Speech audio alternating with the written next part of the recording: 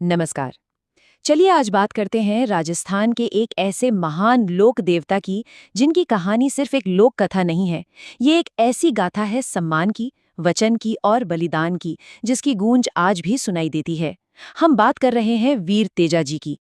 जब भी वीर तेजाजी का नाम आता है ना तो सबसे पहले यही एक तस्वीर सामने आती है। एक घुड़सवार योद्धा, हाथ में तलवार और उनकी जीभ पर एक सांप डस रहा है।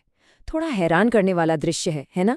लेकिन ये तस्वीर उनके जीवन के सबसे बड़े, सबसे निर्णायक पल को दिखाती है और इसी के पीछे उनकी पूरी कहानी छिपी हुई है। तो इस पूरी कहानी को समझने के लिए हम इन 5 हिस्सों से गुजरेंगे।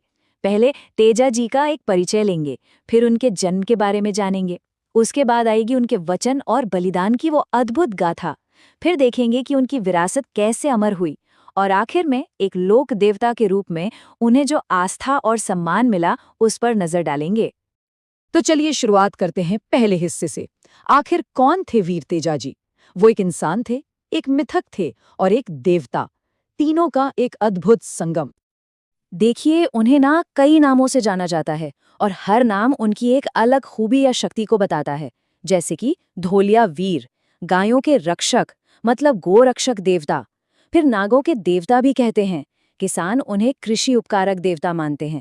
नारू रोग का इलाज करने वाले भी माने जाते हैं। और तो और कुछ लोग तो उन्हें भगवान शिव का 11वां अवतार तक मानते हैं।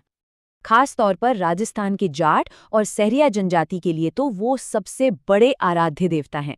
इन समुदायों की संस्कृति में उनकी जड़ें बहुत बहुत गहरी हैं। तो अब चलते हैं उनके जीवन की शुरुआत में। कहाँ से शुरू हुई इस महान नायक की कहानी? तेजाजी का जन्म हुआ था साल 1074 में नागौर के खरनाल गांव में। उनके पिताजी का नाम था ताहड़ जी और माता का नाम था रामकुंवरी। उनकी पत्नी पेमल दे, उनका भी कहानी में एक बहुत महत्वपूर्ण स्थान है, जिसके बारे में हम आगे बात करेंगे। और अब आते हैं कहानी के उस हिस्से पर जो सबसे जरूरी है, सबसे ज्यादा नाटकीय है। एक ऐसा वचन जिसने उनका पूरा जीवन, उनका भाग्य तय कर दिया। पूरी गाथा ना इन 4 घटनाओं में सिमट जाती है। सबसे पहले तेजाजी वचन देते हैं लाछा गुजरी की गायें बचाने का।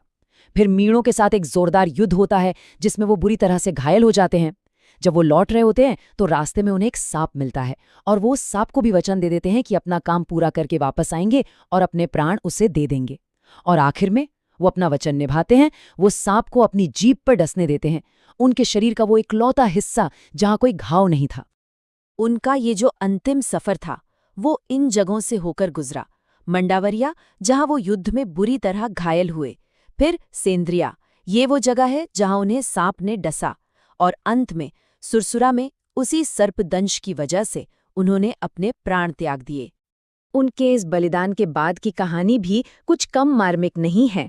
उनकी पत्नी पेमल सती हो गई और उनकी वफादार घोड़ी लीलन वही उनकी मृत्यु का समाचार लेकर उनके घर खरनाल पहुंची। तेजाजी का शरीर तो चला गया, लेकिन उनकी कहानी, उनकी गाथा आज भी जिंदा है।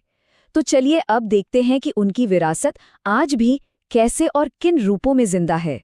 तेजाजी के सम्मान में जो गीत गाए जाते हैं उन्हें कहते हैं तेज टेर। आज भी किसान अपनी फसल की बुवाई से पहले अच्छी उपज की कामना के लिए इन्हें गाते हैं। और ये कोई मामूली बात नहीं है।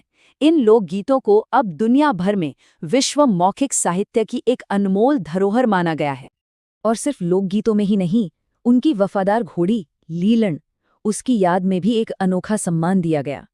साल 2007 में भारतीय रेलवे ने लीलन एक्सप्रेस नाम से एक ट्रेन शुरू की और ये ट्रेन आज भी चलती है।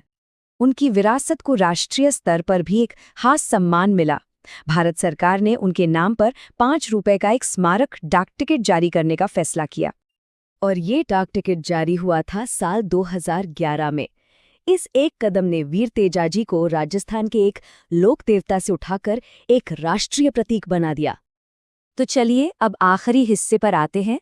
आज के समय में तेजाजी की पूजा कैसे होती है और उनका सांस्कृतिक प्रभाव कैसा है। पर्वतसर में एक मेला लगता है, तेजाजी पशु मेला, बहुत मशहूर है। एक समय था, मतलब 2019 तक, ये आय यानी रेवेन्यू के हिसाब से राजस्थान का सबसे बड़ा पशु मेला था। हालांकि अब ये दर्जा भरतपुर के जसवंत पशु मेले को मिल गया है, लेकिन इसकी अहमियत आज भी बरकरार है। और ये विडंबना देखिए, जिस सर्पदंश ने उनके प्राण लिए, माना जाता है कि उसी का इलाज भी उन्होंने ही खोज निकाला। ऐसा कहते हैं कि तेजाजी ने गाय के गोबर की राख और गोमूत्र से सांप के जहर का एक आयुर्वेदिक उपचार बनाया था, और ये परंपरा आज भी उनके पुजारी, जिन्हें भोपे कहा जाता है, जिंदा रखे हुए हैं और लोगों का इलाज करते हैं। आज पूरे राजस्थान में तेजाजी के मंदिर मिल जाएंगे। उनका जन्मस्थान खरनाल, वहां तो उनका सबसे बड़ा मंदिर बन रहा है। इसके अलावा पर्बतसर, सुरसुरा जहां उन्होंने देह त्यागी, सेंद्रिया जहां वो घटना घटी, बूंदी में वासी डूंगरी और अजमेर में पनेर, ये सब उनके प्रमुख पूजा स्थल हैं। खास बात यह है कि पनेर में उनके पुजारी माली जाति के होते हैं। और जैसा हमने पहले भी बात की, ये याद रखना बहुत ज़रूरी है कि उनकी गाथा को अब ग्लोबल रिकॉग्निशन मिल चुकी है। ये इस बात का सबसे बड़ा सबूत है कि कैसे एक स्थानीय नायक की कहानी पूरी दुनिया के लिए एक सांस्कृतिक धरोहर बन सकती है। तो आखिर में बस एक सवाल छोड़ जाते हैं। सदियां बीत गई हैं, लेकिन आज भी वीर तेजाजी की ये कहानी हम सबको वचन और अपने धर्म के पालन के बारे में क्या सिखाती है? ये एक ऐसा सवाल है जिसका जवाब शायद हर किसी को अपने अंदर ही खोजना होगा।